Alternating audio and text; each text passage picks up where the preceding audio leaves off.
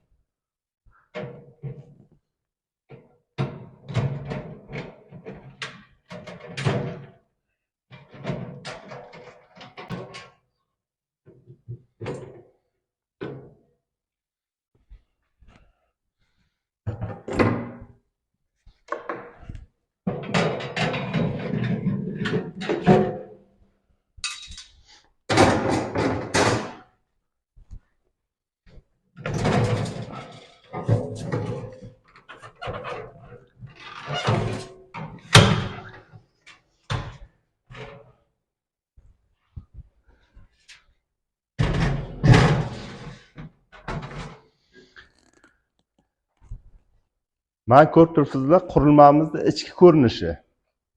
Ya'ni bular issiq sovuqni saqlash uchun qo'yilgan materiallar. Mana spiralimiz termostatni qizitish uchun qo'yilgan spiral. Mana ko'rib turibsizlar.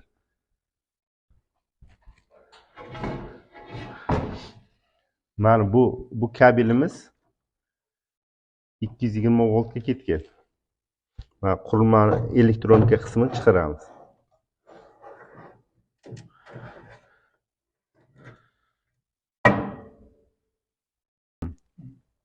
Keyingisi bu chirog'imiz uchun. O'zi aslida mana 3 ta kabelimiz ketgan. Ko'p. Bu yerda transformator, bu mana ekrandan boshqarish uchun bu simlarimiz ekranga ulangan, ya'ni ekrandagi displey haroratni ko'rsatib turish uchun qo'yilgan.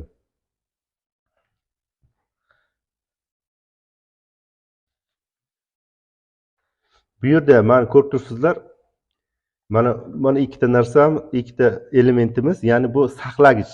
Bu yerdagi kuchlanish oshib ketsa, birinchi joy kuysa, mana saqlagichlarimiz avtomat kuyadi. Mana sxemamizni saqlab qoladi. Keyin bu yerda yana varika qo'yilgan. Mana ko'rib turibsizlar, varika. Bu ham o'sha saqlagich vazifasini bajaradi. Kondensatorlarimiz filtr vazifasida turibdi.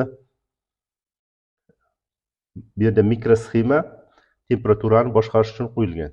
Mana ko'rib turibsizlar.